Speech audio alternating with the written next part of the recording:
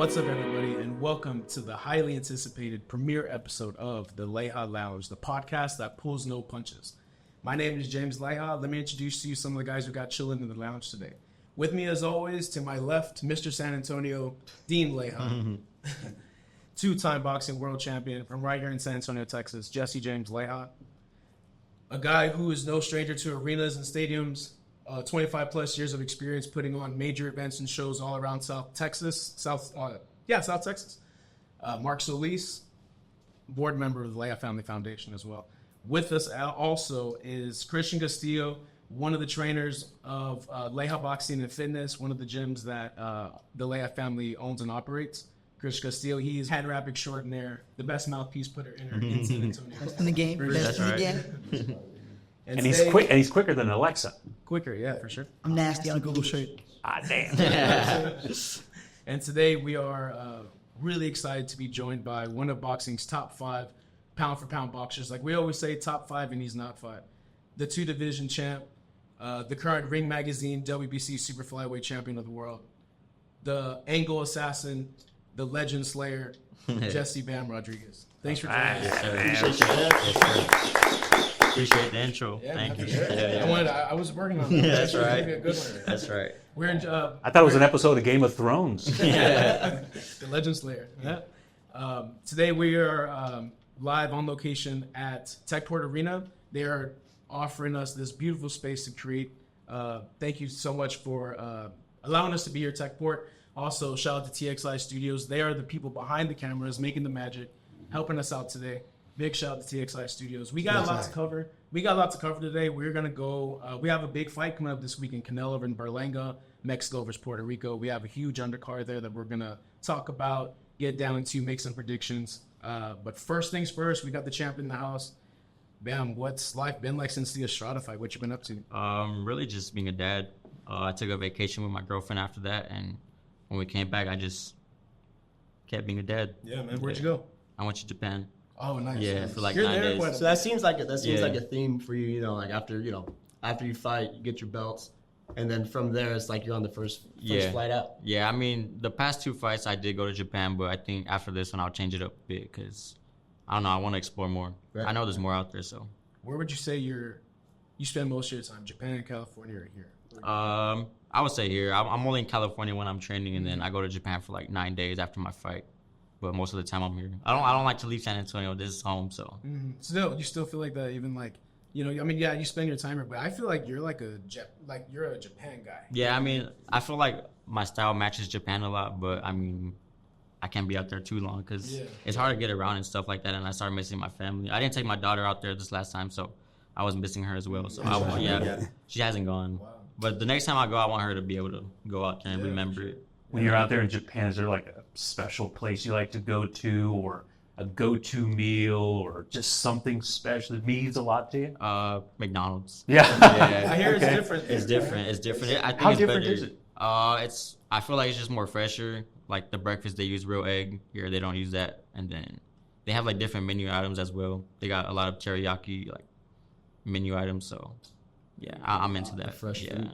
Does it have that? Like you were saying, it's fresher. Does it have that same experience feel of like, man, this is cheap fast food like it does here? Or I feel like it's fresher. Like I just feel like it's cleaner in a way. Like it's still fast food, but in a cleaner way.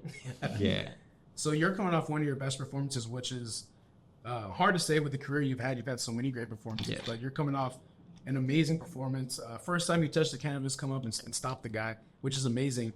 That look that you had in your eye when you got back up and you were smiling. For me, as you know, I wouldn't say I had a major career or anything like that, but just the look in your eye there, it almost felt like that was like probably your favorite part of the fight. Yeah. I mean, I've always pictured myself in a fight like that where I knock my opponent down and then vice versa, and then it just keeps going back and forth. And that's exactly what happened in that fight. Yeah. I got dropped in the 6th round, I believe, and then I came back in the 7th and knocked him out. Yeah, the first time I got cut in a fight, I was just like, wow, I'm earning my stripes. Yeah, I mean, that's something that like every boxer wants to experience. Like it's not something that should be happening, but it's something that you want to experience. Yeah. I was telling one of my clients today that I went back to the corner in that fight, and they were both there, and he goes, "Oh man, you're cut." And I remember saying, "Does it look good?" Like, Is it big? I was like, "Is it big or what?" I never got cut. Yeah, right. Your dad used to cut his cut himself on the way into walk-in, man. It was just that easy. The way was slice him open. Yeah. Just look at him too hard. And Right. Was like when you heard the ref start counting, was that something that like kind of got you like, oh, like kind of focused again? Or Nah, I mean, it was a flash knockdown. By the time I hit the canvas, I already knew it was a flash. I got up and I just laughed it off because, I mean. And I don't know how the judges had it, but I feel like that round could have, you probably evened it out. I feel like I won it. I feel like I got up and won the round still. But after the fight, we saw the scorecards, and actually one of the judges had me losing the whole fight. Jeez. And then another judge had it a draw. So the third one had me winning. So who knows if I didn't knock him out, who knows what would have happened. Yeah, that's the game. Huh? Yeah. And you know, someone so experienced like Estrada, I feel like in the earlier rounds, like you always do in your fashion, you find that rhythm early. You're slow starter may not be the right word, but you're taking your time. You're allowing that guy to, you're reading everything. How early on in that fight did you feel like, all right, I think I got his timing, I got his movements down? Honestly, after the second round, I already knew. Wow. Yeah. That's Well, speaking of my past fight as well with Sonny Edwards, I thought that was gonna be a very difficult fight, just because he has a lot of skill. But after the first round as well, I knew. Yeah. So in your last couple of fights, you feel like that was probably going to be the one that was going to give you the most trouble? Yeah. I mean, Sonny, he's real technical, real flashy. So just seeing him, his past fights, I was like, he's probably a difficult fighter to get the timing on. But after that first round, I was able to keep up with his speed and. There's sometimes, right, you're in a fight like that, even the guy's supposed to be good, and you're like, okay, I could take Yeah, this. exactly. I mean, no disrespect to them, but I feel like I'm on a different level. For sure. Yeah. Yeah, obviously, right? Yeah. One thing I wanted to ask you about your style is, being from San Antonio, I don't know you, I'm getting to know you. Yeah. But, knowing of you and seeing you at such a young age, you've had this style for a long time. It's not something you just developed or whatever. Yeah. Where did that come from? Because, I know you can look at guys. There's a lot of guys looking on YouTube and learning the game, but for you at such a young age to be in San Antonio, primarily Mexican style. I know we all know the amateur game here in San Antonio. How did you figure out that boxing style? That's very slow paced. It's your pace. Who did you see and how did you figure that one out? Lomachenko. Yeah. I mean, the angles, I didn't always have them. But a lot of people watch Lomachenko. Yeah. You know what I mean? A lot of people watch these guys and they can't do what you're doing. I feel like it was just a matter of time for me to actually discover my real style, because before that I was just a come forward fighter. I didn't have any footwork or anything. And then I noticed Lomachenko, started watching his highlights and started practicing the angles myself, and it just came natural. So it goes back to me just actually finding who I really was as a fighter. For sure. Yeah. Wait, when did you find that? Was it end of your amateurs, beginning of your pros? Yeah, it was towards the end of my amateur career. My last 2 tournaments maybe is when I really started picking that up. Because you turned pro, 17? 17, yeah. So was that when you started to feel your style, being born, did you know it was time to go pro? No, it wasn't even about the style. It was just my coach, Robert Garcia. He had threw out a little comment one time. I was leaving the gym and he was I forgot what he said, but he mentioned going pro, and I was 16 at the time. And ever since then, it just something in my head, snapped like that. And why do this? One day to the next, I just wanted to be a pro. And that's what happened. Yeah, for sure. You already had that pro style, so that's true. Yeah. I always tell people doing pro style in amateur boxing works. You don't have to fight like an amateur. You know what I mean? Sometimes, but you have a pro style, you have a good solid style, you can win an amateur doing it. Yeah, for sure. One thing that you're saying too that stood out is that a lot of people, they'll look at their fighters and they can emulate them to some degree, right? But that's all physical. I think for you, Bam, the thing that stands out to us the most is just, and I think as your amateur career went on, it was that the emotion that you showed, or maybe lack of emotion, that keeps you so calm and level-headed. That the more calm you are, the more you're able to see the game, the more you start to see the punches come, the slower the pace is for you. Yeah. And I think, like you said, you can practice style all you want, but if you're not calm, then what's the point? Yeah. You can't reenact it. You can't do it. There's a lot of guys watching YouTube that are just wanting to do this, but they don't build the foundation, the structure to do this stuff. That's true. You know what I mean? If they get hurt, what do they revert to if this ain't working? Exactly. Yeah. You're still staying calm at the end of the day. Well, it's just that calmness, right, during that knockdown. Yeah. And then you just kind of collect yourself and you go back out the next round and it's lights out. Yeah. Right? No pun intended. That's how it was when I fought Bojado. he dropped me in the second round. I got up upset because I got caught with that again, or I got caught with a dumb punch. Exactly. And I'm like, okay, all right, let's go. But then I went after him, and the fight went well. But one thing I was going to ask you is, like, everyone has a different ritual how they do certain fights, or when you're in the dressing room before the fight. What kind of things go through your head? What type of things do you do? Do you just relax, lay down, close your eyes, sleep? Do you wake up, listen to music? Do you read books? Something I did. I read books every time in the dressing room before I had to warm up. And most of my books are motivational books, mental toughness, all that type of stuff. But what kind of things do you do in the ring before a fight? In the locker room, I just listen to music, warm up, stretch, the normal things. I don't really have no special, what do you call it, like ritual or anything. But just music, right? Yeah, just music, lock in. I guess is it more of like you're trying to escape, or you're more trying to lock in? I'm more trying to lock in. I just want to, get it out the way already. Yeah. It seems like that. Like when you're in a fight, you already know what's going to happen. Like you're doing you instead of you matching or mimicking the guy, like trying to figure him out. He's almost trying to figure you out. Yeah, exactly. You know, that's what you want to have. That's what I think. That's the beauty of your game that we see is not just the punches you're throwing, but the reason why you threw it. Like we see that. Yeah. Like the casual boxing fan may not see those levels of it, but we're like, wow. And that patience too. You know what I mean? Yeah. Like, we always talk about the average fighter, or the average viewer of a boxing fight. If it's not, nonstop, I guess the pace that you would see at a UFC fight, people are gonna call it boring right away. But look at the footwork, look at the timing, look at the patience that people are seeing. Because when round 6, round 7 comes in, now you start to see the I would call you poetry in motion. You start to see that poetry in motion come together. It's a breaking down the fighter throughout those rounds. Yeah. Every round meant something, right? The first, second, third, everything means something because you're going to break them down for the 7th, 8th, 9th, 10th, 11th round. Yeah. And people don't see that. They want to just see the knockout. But when you see someone breaking someone down on purpose, hitting the arms, hitting the shoulders, hitting the hips, hitting a little bit just to slow them down, I love seeing that. Almost like the guy's he's going to hit and he's going to throw the punches of what the opposition is giving him. And then you see it open up more. And it's like, wow, he really opened that guy up. You know what I mean? That's beautiful. That's what you see. Yeah, exactly. So you're a part of a stable in the Taken Gym, Taken Promotions. That for us, I've always admired. Just from my favorite fighter, Jorge Leonor. It's just been like, wow, I've been just obsessed with that. What is that feeling like when you first turning pro and you're signed with like Taken Gym? You're a part of this legacy, right? With, the Gennaro Hernandez, Cesar Bazan, Edwin Valero, like all these guys are, in this house. Like they don't take just everybody. Yeah, they don't take anybody. It seems like it's in like a very exclusive club. Am I wrong for thinking that, or is that kind of how it is? Like, no, I mean, it's that's how it is.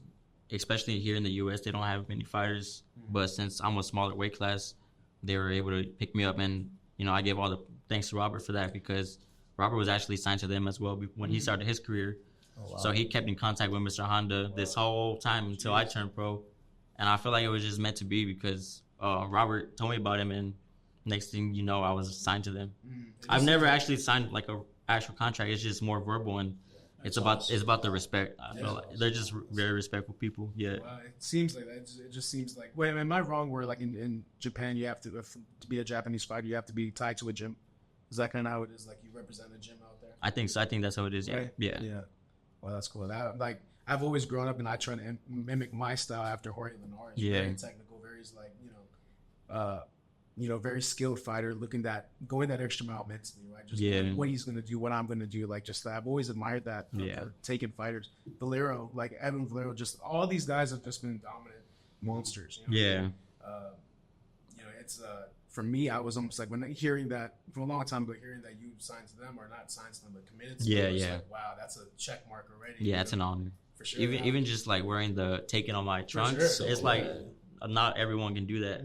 And it's an exclusive club. If your average viewer doesn't know what Taken is, they're gonna look it up and see what it is and who was signed to them or whatever. Just being a part of that, it's an honor. That's so crazy. When you fought Quadras was part of.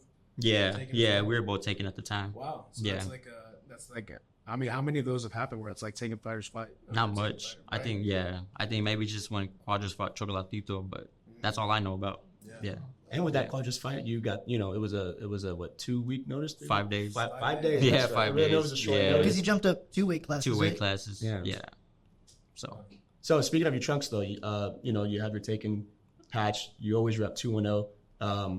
us being from San Antonio, obviously, I mean, there's a certain pride that comes into, repping out, 210 as, as whenever you can. Where does that pride come for you? Like for you, what's the meaning behind that? I'm proud to be born and raised from San Antonio. And San Antonio has a lot of history in boxing, and just to be a part of it it's an honor. Yeah, man. Yeah. So whenever I get my trunks made, I make sure either 210 or San Antonio's on the I was gonna ask you earlier is when you travel, like when you've traveled all around the world, right, and gone different places to train, and you said you always gotta come back to San Antonio. Isn't that something that's like I was the same way? When I was fighting, I said, okay, I'm gonna move to San Diego. I love San Diego. The weather's perfect.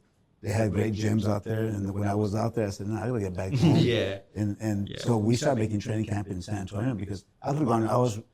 Early on, I was with Pernell Whitaker. I was with Commander Holyfield in Houston or in Virginia Beach with Pernell and different places. And then I said, man, I gotta be home. I'm a homebody. Didn't you say you felt that with the zoo fight in Australia? You loved Australia, didn't you? I loved Australia. Australia was, just beautiful, but it's not home. Yeah. But I wouldn't mind like staying there, training camp there for and coming home. Exactly. Yeah, I could do that if I wanted to. It would be a little bit harder just because Robert already has a gym out there in Riverside. Yeah. So now I started taking my family out there, making it feel home to me. That's good. Yeah, my last camp, I had my girlfriend and my baby out there. So whenever I was done in the gym, I would go back to my Airbnb, and it just felt like I was going home. I wish I could do that, like bring camp to San Antonio, but it just wouldn't be the same. Yeah, what we did is I started making camp in San Antonio, and I would stay in a hotel. Pretty much a lot of times it was the Domingo Hotel next to the Alamo. But the kids would be at home, and my wife would be at home, so I would go and see them for 3 or 4 hours, then come back and stay the night and train in the morning, run after the gym, go back and see them for 2 or 3 hours and come back. But that's what I was doing to mimic that training camp atmosphere. I would feel like a tourist at that point. If you're staying right by the Alamo, then you're doing the river barge and all that. I'll feel pretty cool too. Yeah, it was cool. It was fun. Yeah, we had a fun time. We were running at Alamo Stadium at that time, or BRAC. Right. We were in BRAC a lot, so it was just I'm home, but not home. And it means it's a big difference. It does change. Like for you, when you be able to see your daughter every single day, you don't have that miss or that want or that thing. A lot of people say, a lot of trainers or people say, you got to have that hunger. You had the hunger already. Yeah. You want to do well for them. When you see them more and you want to say, I'm going to go really train. I want to fight hard for their family, right? When you see them, when they're out of sight, out of mind, you're not paying attention to them. Yeah, so that's to true. me, I always wanted to fight harder when I saw them. Yeah, that's how I am too. When I didn't have them there, it was I feel like I get sad, like just being. I feel lonely. I understand. Whenever they were out there with them, I would wake up and my daughter would be next to me, and like you said, that's just more motivating. Yep. That was one of the things, not to get too hung up on me or whatever, but one of the things that really took me out of boxing was not being able to have that other person there. I was in a 3-year long distance relationship with my now wife, but when I was fighting, it was like she wasn't here. You know what I mean? There was no one to get my mind off the fight. There was no one to take me away from like all of this, me in my head. You know what I mean? There was no one to kind of like at the time I moved out from his house because I was living with them too, and I was like, I can't live with my trainer. Like, I can't. I would watch everything he eats. No, if I'm getting making my runs. Or whatever, I'm like, nah, I just do this. Like I'm already self-motivated. I don't need. Yeah.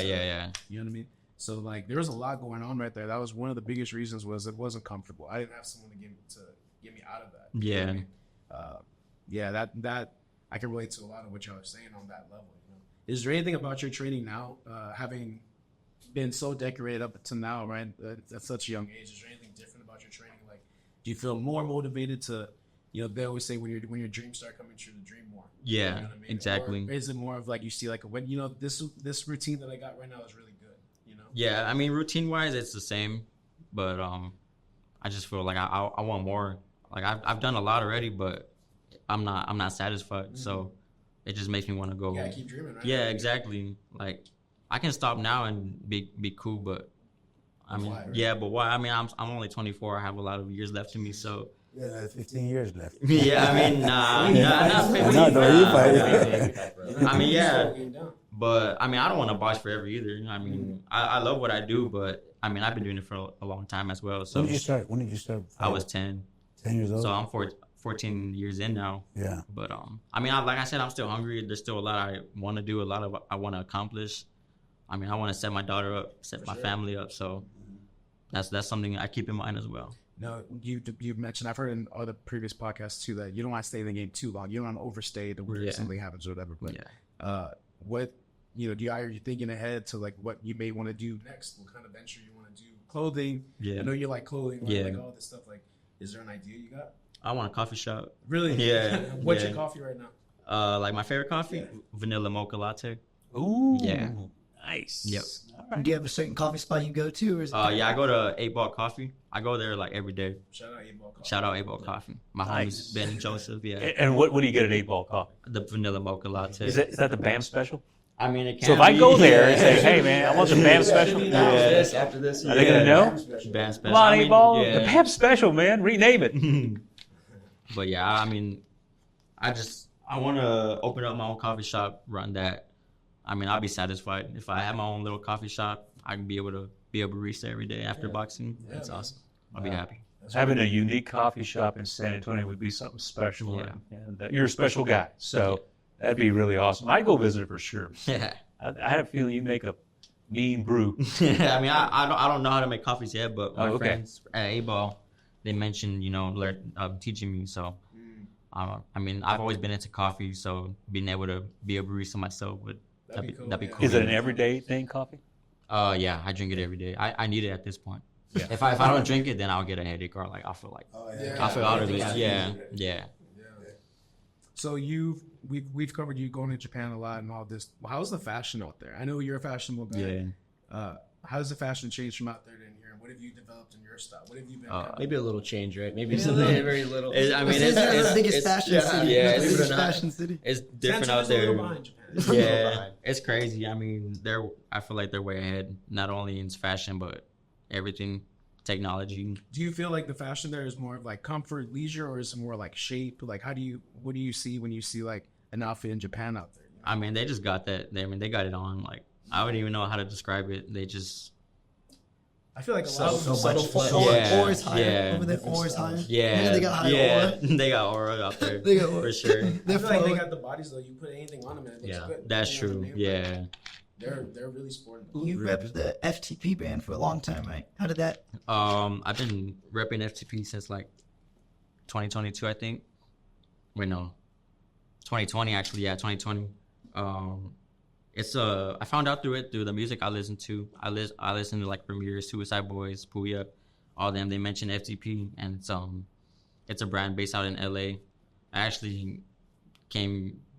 became friends with the owner, Zach FTP, and that just happened because I was wearing a pair of socks in one of my fights. Oh, wow. Yeah. And I posted some pictures on Twitter, and I forgot who retweeted it, but he saw it, and he just kept in contact with me since then. That's cool. And then it's crazy because of that, all the rappers I listened to started following me as well. Oh, nice. Yeah, so just all because of a pair of socks. I met the dude from FTP, and I met, a good amount of rappers that I listen to. You're at the right wash and dry cycle. Yeah. So you put them on the right time. Yeah, they're matching socks. Yeah, I mean, I had to reach out to you. I was like, what is FTP? And you put me onto it. Yeah. Like, okay. Like, I became aware. Yeah, it's cool. Yeah. But, so who's like, I would say right now, if we opened up your phone, like in your music, like what's on repeat right now? Ramirez. Yeah. Yeah. I feel like I haven't taken the dive yet. You gotta. I'll send you some songs. I'm not far off. I'm Little Peep. Yeah. I like Little Peep too. You know yeah. I mean? Like, and does it change with the mood, or like you're always rocking the same? Like it does. I mean, like when you're cooking, because for me, when I cook, I got a little Marvin Gaye going on. And you gotta make love to the food, to the chicken. Get some Barry White playing. Barry White. No, a little baby. Maybe if I'm gonna run or something, hooping. If I'm hooping, it's different. But for you, is it the same or? No, I change it up. I mean, like you said, depends what I'm doing. If I'm training, I'm gonna listen to Ramirez, Suicide Boys. If I'm feeling sad, I'm gonna listen to some Lil Peep. In the shower, I listen Lil Peep. Right.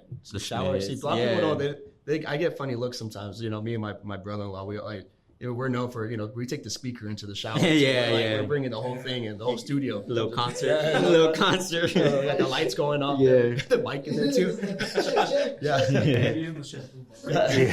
Be like that. And what about, okay, so fashion too, obviously you're a fashionable guy.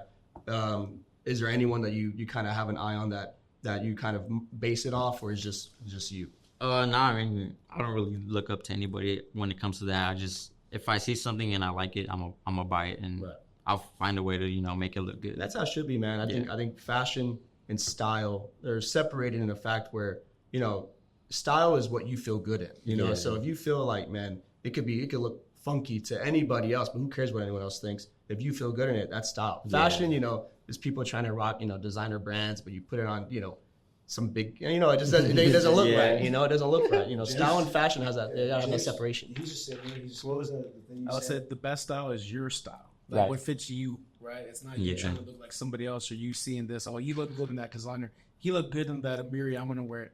It's almost like, no, like what fits you? Like, right, yeah. It's just like fashion's copying someone else's style. Yeah. Your style is what you created. Yeah, and my what you have. style is what is my style. Like I'm not copying someone else's fashion sense. It's like, no, I'm gonna wear what I want to wear. Exactly. Look at this. I don't know. You got that shit on though. I'm yeah. wearing it. You had a question you wanted to ask, and you were asking me if you could ask. Oh, I want to. this is kind. I guess I'll ask you too, because you kind of quote some of like the internet lines, but like you're the first millennial kind of born in the century, first 21st century world champion.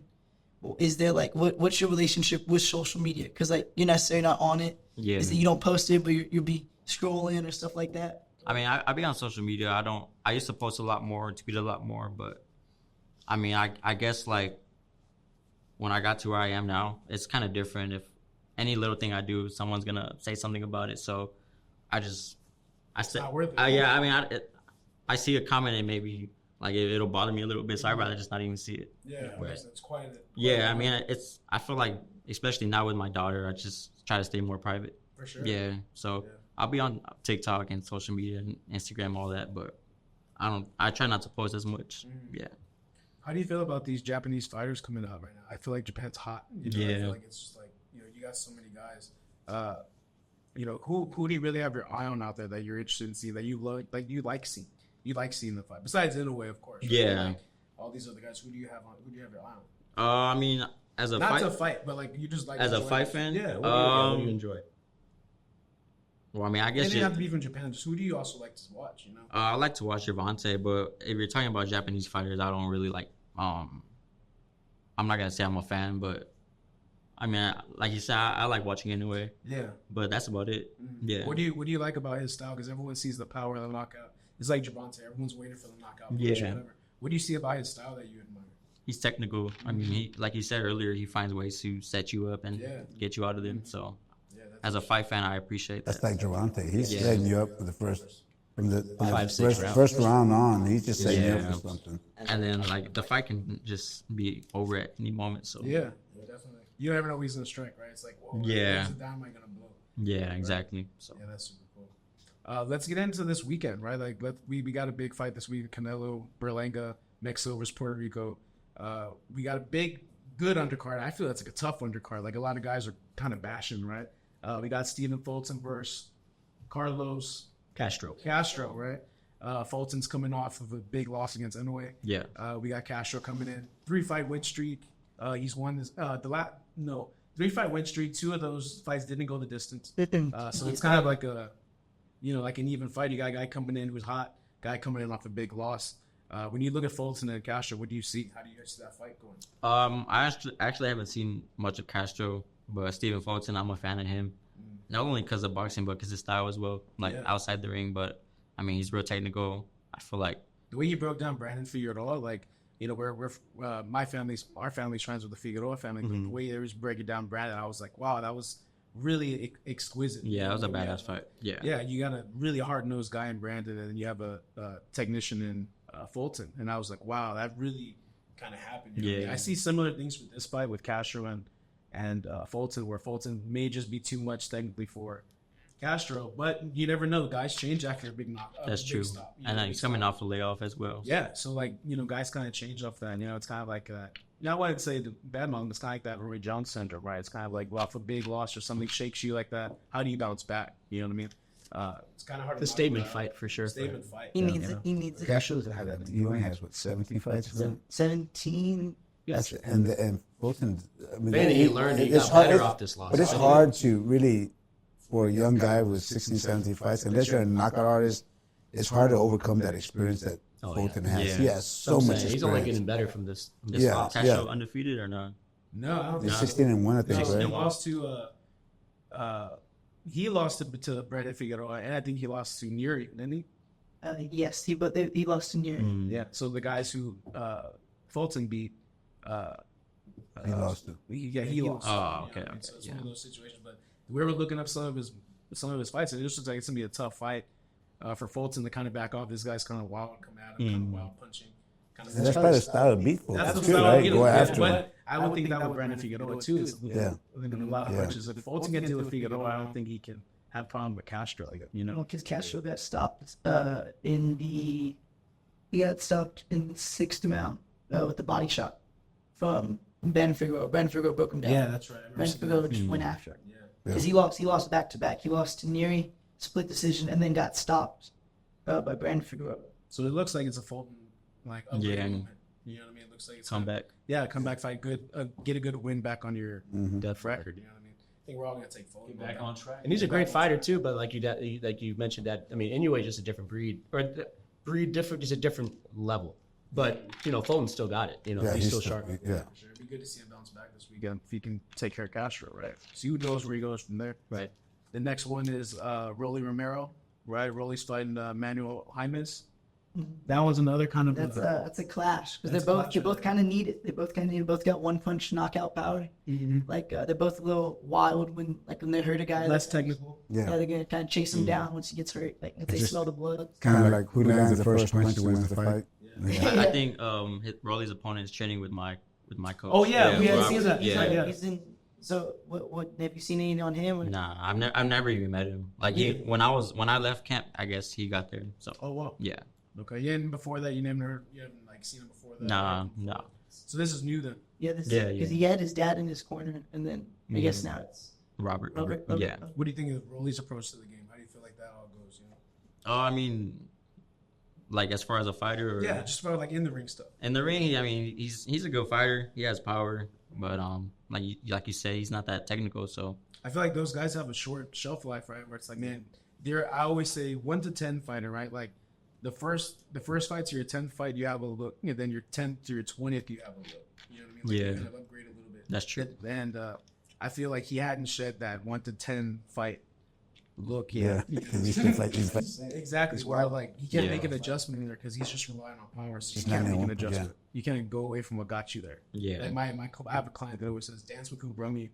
You know what I mean? Yeah. It is what it is. It's hard not to dance with who brought you to the dance. Right? True. Yeah. So like he's always relying on power, which makes this fight kind of interesting because I think Jaimes is a power puncher as well. But I think he also has a little bit more technicality to him. Like, when you're throwing a hook, keep your right hand up. Like, Yeah. no, I'm talking about Jaimes. Yeah. Those small, technicalities that will take you a long way. Rolly lacks that. Obviously one big one is, throwing a right hand, left hand drops. Throwing a hook, right hand And if you drops. think about it, that's all Rolly has is that hook. And, just like Tank, just always here the whole time. You never caught him. Right. That was one of the weirdest fights that Rolly Tank, because you're just waiting for Yeah. it almost. Like, he's kind of staying in there. Rolly Yeah. was in there for a little bit. He did good. Yeah, in that fight. was a weird. But still, like we said earlier, Tank is just breaking them. Yeah, exactly. And waiting for He that. didn't even care about the first 6 rounds. He care about that. He knows he'll knock you. Probably, like you said, first, second round, you're gonna knock him out or you're gonna win the fight. You probably just say, okay, I got it. Yeah, that's true. Yeah. Let him make a mistake. For sure. The next one on the docket is this Caleb Plant or is this It's Plant because the co-main event's large. Plant and McCum beat? Yeah, Plant McCum. Yeah, so Caleb Plant's coming off the David David Benavidez lost. He's been that long? Yeah, he's Wow. 1-2 in his last 3 fights. He lost to Canelo stoppage. He got stopped. Then he had the knockout of the year against Duell, and then now it's, Great knockout. yeah, and that's when he was burying him Yeah, too. he That's when he was buried burying him. him. When was the Benavidez fight? The Benavidez fight. Check. I would say it's probably about a year ago. About How a do you year feel ago. about That was the Benavidez? last. He's a good fighter. Yeah. I mean, I feel like Canelo's ducking him. For sure. Yeah. Everyone But does. as far as like, he has a skill too. He has skill, power, speed. I feel like he's a whole package. I feel like it's hard to see where his ceiling is because he hasn't hit his ceiling yet. Yeah, I know. Like the ceiling's almost moving for him. You know Yeah, what I mean? Like, that's true. And he's young too. He's only like 26, 27. So the funny thing about it, I'm gonna stray a little bit, but I remember a big David Benavidez coming into our gym, Champion Fit gym, when his brother Jose was gonna fight. I forgot who Jose was gonna fight, but they were training at our boxing gym in San Antonio, and we saw a bigger David Benavidez there, where it was I think it's even documented. It was on HBO Boxing or something. Oh, that's right. Yeah. They had a photo of him standing in our gym, and he was like a bigger guy, right? But I remember his dad saying, "That's the one." Whereas Jose was shadowboxing in our ring, and he goes, "But that's the one right there." Like, Yeah. I'm like, yeah. Like, I was That's like, the chosen one. yeah. You know what I mean? yeah, It's tricky though because when he moved up to 175, he fought that guy. I forgot the guy's looked name. like But man, but you know that guy was taking a shot. That 175 power that we thought would move up. Yeah. You know, I don't know. Maybe it was just the guy had a good chin or not. But Benavidez couldn't even stop Plant. He didn't stop. well, Plant had a Plant was a he dog had in an that iron fight. chin in that Yeah. fight, man. I mean, it maybe went on a little too long, but That you fight know, was in February 2023. So I feel Damn. like this Plant and McCum fight is going to be kind of a barn burner because it's kind of bad blood there, right? but his experience at the end of the day, I feel. I mean, Plant. I mean, his boxing is just is so pure. He has to be perfect for 12 rounds, but for a fight like this, I think he can do it pretty easily. He's going to try to slow McCum down with boxing. He's 28-0, 21 knockouts. McCum? But let's look at the people that Who's he he? knocked out. Let's go deeper in that. nah, that's cool. 17-3. Okay, 17-3. And then we go deep dive even longer. Okay, No, yeah. no, we're good. 44-10. No. Yeah, it ain't the best boxing. It ain't the best boxing. Well, you know, I'm sure the energy and the emotion will probably make it a good, entertaining fight. Last guy, the pro walk 28 times. He's done it. He's done it. Yep. I had heard in a previous podcast, Sharon, you had said that your pro debut was like one of your hardest fights. Right? I feel like I mean, still to this day, if not my toughest, probably like my second toughest. And people don't get that. Like, you know, when I made my pro debut, I fought a guy who was 0-4. And in my head, I was just like, when I was in there, I learned so much in that first fight that I didn't learn as an amateur. Like in that first fight, I was like, wow, okay. After the first round, I went back and he was telling me, he's blowing the first 230. He's going to pick it up the last 30 seconds. In my mind, I never thought of that. I was like, I never thought about just winning in the last 30 seconds. This guy couldn't hold a candle to me, right? But I was just like, wow, like he actually won the first round because he's finishing this way. And it's how to move in a pro fight, right? It's just so different. And like he said, he had made that ring walk 4 more times than I did, right? And it was just like a little experience of like knowing how to maneuver a pro fight. That was just like. But also knowing, you know, also going into the fight knowing that you have the skill level, you know your skill level is above theirs. You can't. It's so much harder to time someone who has less experience because you can find rhythm in someone who's technical. That's someone true. who's so unpredictable. How do you time that? You know, it's gonna be an awkward punch that you're not used to seeing in training. Skill level, you know your skill level's above theirs. Yeah, exactly. Yeah, that's right. To his credit. Yeah. To his credit. I don't know. You don't know what you're going to throw. Yeah, exactly. That's the thing where I always felt like, again, I didn't reach anything, right? Like I didn't do anything, but I felt like I was a 10-20 fighter. But I would have lost, or if I was gonna lose, I would have lost 1-10, just because those fights are so you can't. They're so hard. Yeah. We're like from 10-20. Oh, I know exactly what you're doing. I know what you're trying to set up. I can see it. You know what I mean? And there's more structure here, right? So yeah, it's such a different thing. It was funny you said that because I was like, wow, you. It's such a boxing answer that you would have to do it to know. Yeah. You know what I mean? That was so interesting. The guy's record was 0-3, but I feel like in Mexico they don't really keep count of all their fights. So. you know that guy was 40. Yeah, and then 0-3 in the last one. yeah, exactly, and he had a twin brother too. So who knows? Yeah. Oh, really? They're playing Yeah. mind games with you over there. Big little switch. You mean a Maybe switch? they could have. Because I mean, I Pulled his don't know. mustache off like this. And you know what, Bam? Like when I look at my career, like whenever I look back at my career, I always said the first 10 fights were tough, man. Yeah. Like I had some guys from Mexico, some guys who were veterans, whatever, that I was fighting that were just, man, these guys were tough. Like made me question, do I want to keep fighting? Like, do I want to keep doing this? You know, it was just, I forgot a guy from Mexico. I don't even know his name, but he was throwing so hard with the palm of his hand and just Ivory Cuddies, and he was just hitting me all over the eyes, and my eyes were swollen shut. And I was still, it was the 4th round or whatever it was, and I remember I said, I can't do this. I can't see the guy. And I threw a hook as hard as I could, and I caught him, and he dropped him, and they stopped the fight. And I'm like, I couldn't. I went home, and for 2 days I couldn't see out of my eyes. Both my eyes were shut. And I was still driving though. but it was that type of thing. It's just dog fights that you question, like, do I want to keep doing this? Those guys got to go to work on Monday. Yeah, for real. Oh, he went to work that night, probably. Yeah, exactly. That was just a break. Yeah, it was just lunch He was on break. Concession stand. Yeah. Put it that back. Serving beer, right? Yeah, for real. That's funny.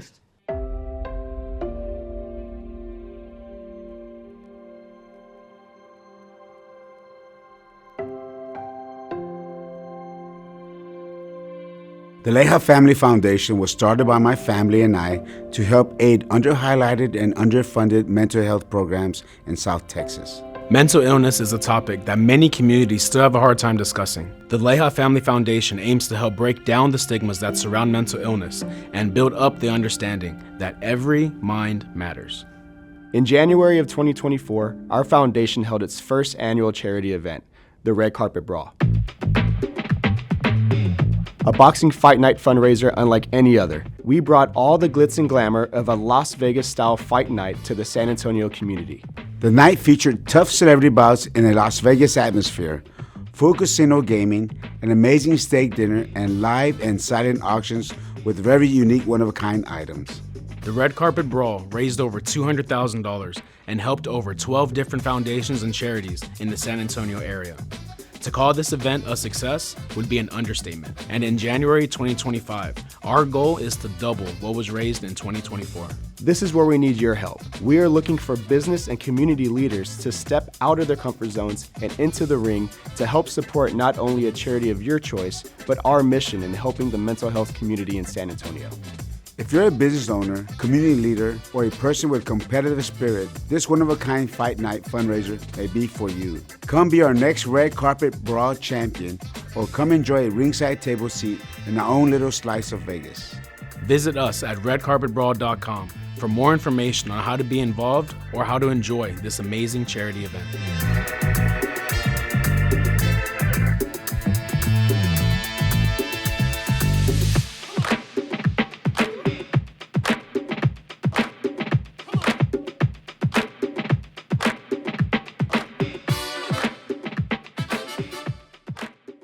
I would feel like I would be missing a big opportunity if I didn't go back to talk about Donaire, right? When you met Donaire, Championship Gym in San Antonio. What was that like? Like there's even film of it. We can find it rolling. Yeah. How old were you? Like 5, right? No, I was 12. Yeah, I looked 5 because I was small, but yeah. What had you fought before already? Like, Yeah, I was boxing for like 2 years already. When something like that happens to you, like at a young age like that, it's like, I would say that's almost like your first interaction with something like, wow, like, Yeah. I made that happen, or it can be done. Yeah. Whatever, right? You shared a ring with like Donaire for a split second. Do you remember that? Like, is that something that you not that you would reflect on it so much? You've done so much since then, but it's like, man, A core memory. Yeah, you know what I'm saying? Yeah. Like one of those things. I mean, yeah, for sure. It's crazy because he was actually calling another kid at first, but that kid started crying. Oh wow. So then he looked at me and he called me in the ring. And I mean, you can see on the video what happened. And then after that, I was a fan of Donaire even before that. That's why I was there in the first place.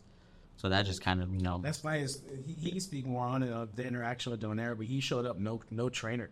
He's one of those guys. I tell some of my clients and my trainers that Donaire was one of those guys who traveled without a trainer, and he just wanted to pick up what that gym was doing. Right? You helped Nets for him. You helped Nets for him. Yeah, I did Mets from the guy. I mean, I was like, he was hitting my mitts, and I was like, this guy hits like 180 pounder. He was 125, 22 pounder. I couldn't believe how hard he hit. I'm like, man, this guy's gonna kill someone that he keeps hitting. Like, I couldn't believe the power. I couldn't believe the power. I still, even to this day, I could feel the power of how hard he hit. For 122 pounder, I was like, no wonder he's knocking everybody out. Very dangerous fighter. Yeah. What was it about Donaire's style that you admired so much for you to be there? The footwork.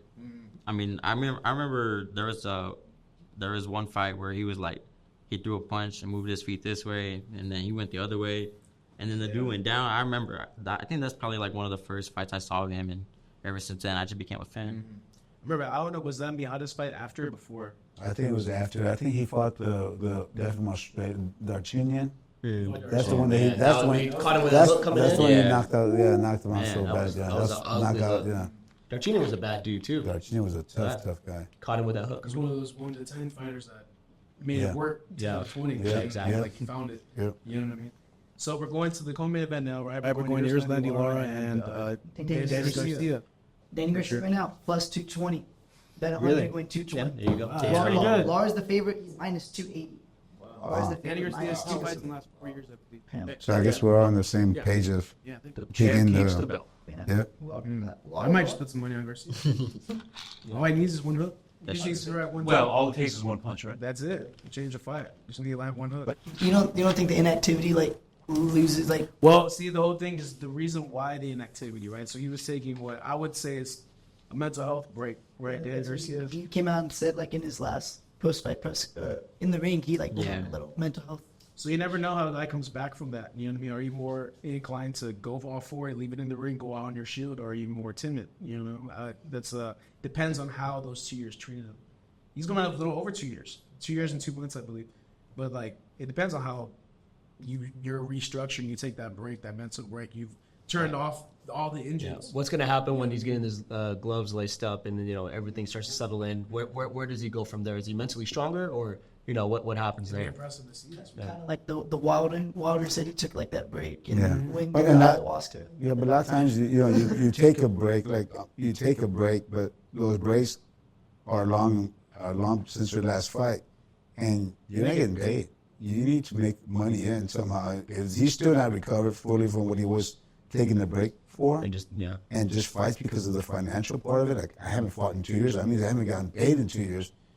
He may just need to fight just because he needs to fight. Not only that, but the opportunity, you know what I mean? Like, why not take it for a belt, right? Why not try to take you guys Yeah. a belt? Why not? And if he rebooted mentally, right, during that time, Exactly. That's the big one. Yeah. who knows? Who knows? So good fight either way. Tough fight. I wonder when was the last time Danny Garcia was an underdog?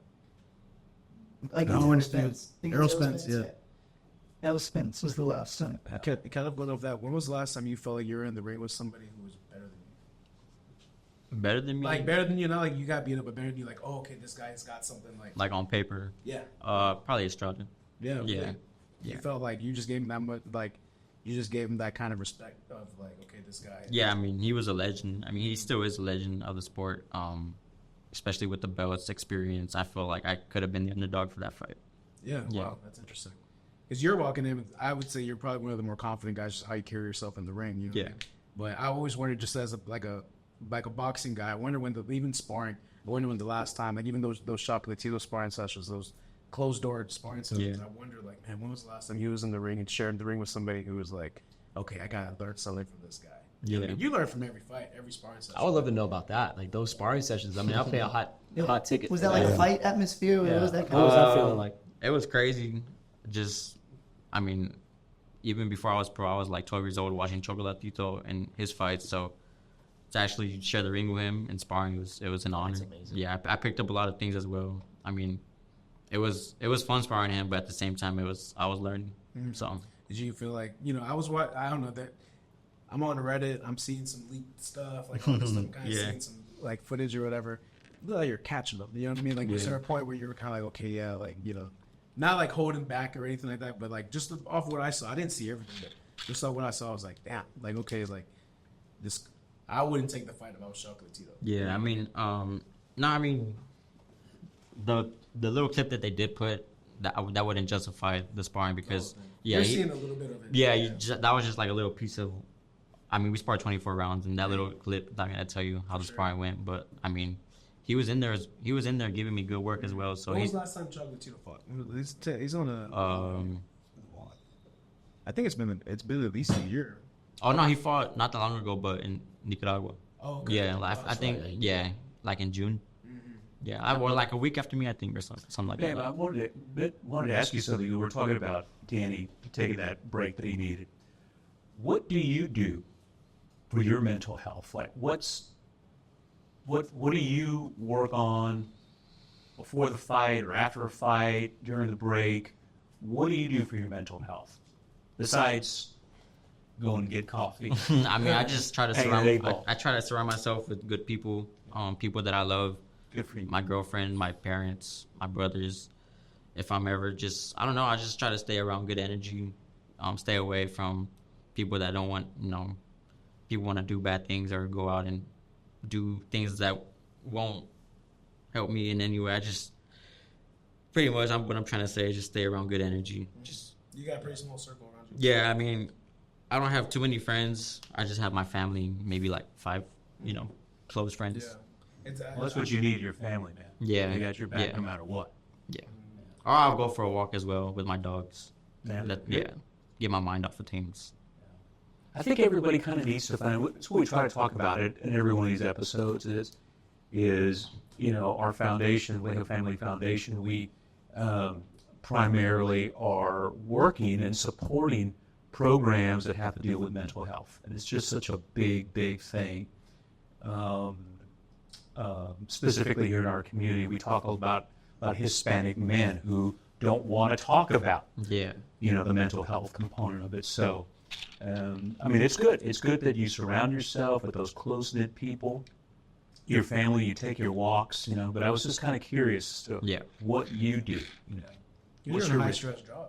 It's a high-stress job. Yeah. No matter how you look at it, And not only that, it's a lonely job too, Exactly, right? yeah. You're always you may be around everyone, but you're doing the work by yourself. Yeah. You're the one that has to do the run in the mornings.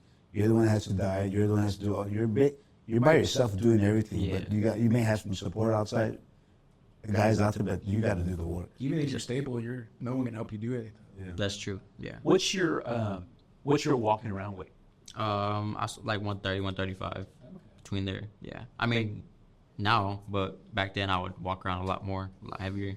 But that's because I would just eat when I was bored and try to finish my food, even if I was full. Now it's more disciplined. Yeah. Now I'm just. You starve yourself. Yeah. No, not necessarily starve myself, but if I'm full, I'm not gonna force feed myself either. Yeah. Yeah. What weight do you see? How many weight classes do you see yourself going up? Could you see yourself getting all the way to 130 or? 145. 130 probably my max. If I do get there, I don't want to. Like I said earlier, I don't want to bust. Forever. Overstay your welcome. Yeah, my max like 30 years old, I think. So whatever I'm weighing at 30 years old is probably what I'll be at. I think I could hit 126 at least. Yeah. Oh, that's good. So we're coming to the main event. Canelo, Berlanga, Mexico versus Puerto Rico. Big one, right? Big How fight. many, that has been, in the boxing history, man, some great fights, right? You had De La Hoya in Trinidad, right? Chavez, Camacho, just to name a few, but yeah. Oh yeah. Canelo, And now- Cotto. Yeah. Yeah, we had a lot of great Mexican Puerto Rican fights. I would hope this one's up to that. I would love to say that it's gonna stand up to that. It'd be crazy if it was hosted in the Garden, Madison Square Garden. Yeah. Oh my God. Would have been a different energy right there. That'd be a loud crowd right there. And you get J-Lo coming out doing Jenny from the block. I always say fighters right now, they're taking tune-ups, but it's not presented as a tune-up fight. In my mind, I gotta call it what it is. I feel like this is a tune-up fight for Canelo, right? But again, they gotta sell you the fight. They gotta tell you Berlanga has a shot. Everyone has a puncher's chance, right? But seeing Berlanga really get hurt, he's been dropped in the pros, even amateurs. He was getting dropped in Yeah. the It was a sparring. This has to be somewhat of a tune-up fight for Canelo in my eyes, right? But again, they gotta sell you the fight. So for what it is, I feel like there's no way I see Berlanga doing this. But the problem I have with this fight is that Berlanga somehow does pull it off. It totally throws a weird wrench into the whole boxing system right now. You know what I mean? It reminds me of like when Lomachenko fought. He fought Teofimo. But he fought Teofimo. Sorry. For me, I felt like, man, that was a weird rest because I knew Teofimo was better. I knew that Teofimo was not as good as Lomachenko. Yeah. But somehow that fight ended up going this way. You see Teofimo lose to George Kambosos, and it's in a weird spot. It was it's in a weird spot now, right? And it was just based off that weird fight. And I feel like this is one of those situations where Berlanga just so happens to do something. I don't see him can keeping those belts. I don't see him like reigning or anything like that. It's just kind of a weird win. Because he's thrown into that next caliber that he hasn't been in. Yeah, he's not going to be in. He may not even be able to sustain. Right. It's not a longevity champ right now at this period in his life. But again, I could be wrong, right? I just think these fighters aren't taking. At the end of the day, it's experience. Yeah. And that's what it is, Dean. I think for him, really, it's that experience. It's no matter. I think he's going to perform the best that he can, For sure. right? But if he loses, maybe that's a good thing because that sets him up for the next one. Now he knows, right? I'm hungrier now. I got schooled by who's the best in the world. Get that paycheck, that Canelo It's a paycheck. win-win. Yeah. What's gonna happen? It's a win-win. Yeah. For sure. But even then, like, you know, with all these fights, like even Canelo fighting Munguia the last fight, coming into this Berlanga fight, you know, like you said before, obviously he is ducking Benavidez. I don't know if that fight will happen or if he's trying to get some rounds in right now for that fight. But how do you see the fight going? What would the prediction be? You know? I think Canelo will knock him out. For Berlanga, I feel like he'll put up a good fight for as long as it lasts, just because he's young. Do you see Canelo carrying him a little bit? Like on purpose? Of course, yeah. Yeah. I mean, just to give the fans like. You don't carry him at He'll feel the first 4 or 5 rounds out, see what he got. See if he has a tough fight on his hands, try to put him out early. If he has he's like, I can carry this guy. Yeah. Okay, I'll put him out at the end. Yeah, I feel like Berlanga, like I said, he's young, so he's gonna come out with a lot of energy. The atmosphere. We would hope. I would Yeah. hope some guys get to that stage and Freeze up. freeze, you know what I mean? So I would hope it would be like that. I would hope it'd be. Yeah. Because I feel like these fights that are on the undercard that we just talked about are all going to be, boom, right? You know, just head-to-head battle. Who lands the first punch? It's going to be an exciting fight. That one can't be a snoozer, right? I'm sure that one's going to have some kind of energy to it. Yeah. I would like to wait. Edgar Berlanga plus 860. Bet 100. Down. Bet 100. Wait, 860. You never know. Let's do it. Canelo's Yeah, minus that's right. You don't 1400. know. You never Canelo's know. minus Puerto 1400. Rican flag like this. Hard favorite. Hard favorite. He Canelo. does have power, so He does have power. he has great power. Yeah, well, he started his first 16. That was fight. the Yeah, funny that was a part. big The thing. funny part with The those chosen one. fights, with those fights is, it'll be the first round knockout. Then you see him doing push-ups because his coach said he did something wrong. So he's like, I gotta do my push-ups. Yeah. Like, come on, Knocked him man. out too soon. He kind of blew up in the bubble, right? That was his time. Yeah. Come out, yeah. I have a question for you. After a fight, not after the win, but after the fight, what's your favorite cheat meal? Well, when I get back home, I like to go to Pluckers. But like, if you're talking about after the fight, I'll just eat whatever's open. Like, You're a wing guy. yeah, I love wings, chicken wings. Yeah. That's your place, Flickers. Yep. What's the order? 10-piece. I change it up. Yeah, manganero, spicy lemon pepper. You're a hot guy. Yeah, I like hot shit. So You know what we were going to do? We were going to do the hot ones. We gotta do hot We're gonna ones. do I'll the bring you hot back to do hot That- ones. yeah, I'll do it. I'll do it. For sure. We got to have you back on at some point. Yeah, for sure. You know, hope you enjoyed being here or whatever, just Yeah. talking boxing. I did. Catching up with you after, you know, one of the best performances that you put on. We got to bring the hot ones the next time for sure. Let's do it. I'm down. Yeah. Thank you for joining us in this podcast, this roundtable. We hope you enjoyed everything you've been hearing. If you like this content, please like, comment, and subscribe. Please comment on anything you have opposing, any predictions that we have. If we have any opinions that you may not agree with, I want to hear it. Let me hear it. Ask us some questions that you want us to cover. Again, if you like this, please like, comment, and subscribe. The Leija Lounge, we're bringing you some content. This is going to be our first episode. We hope you enjoy it. Be on the lookout for more. And remember, if you comment about Bam, he ain't gonna watch or read it anyway. Yeah, exactly. So go ahead, say what you Go want. ahead. Yeah.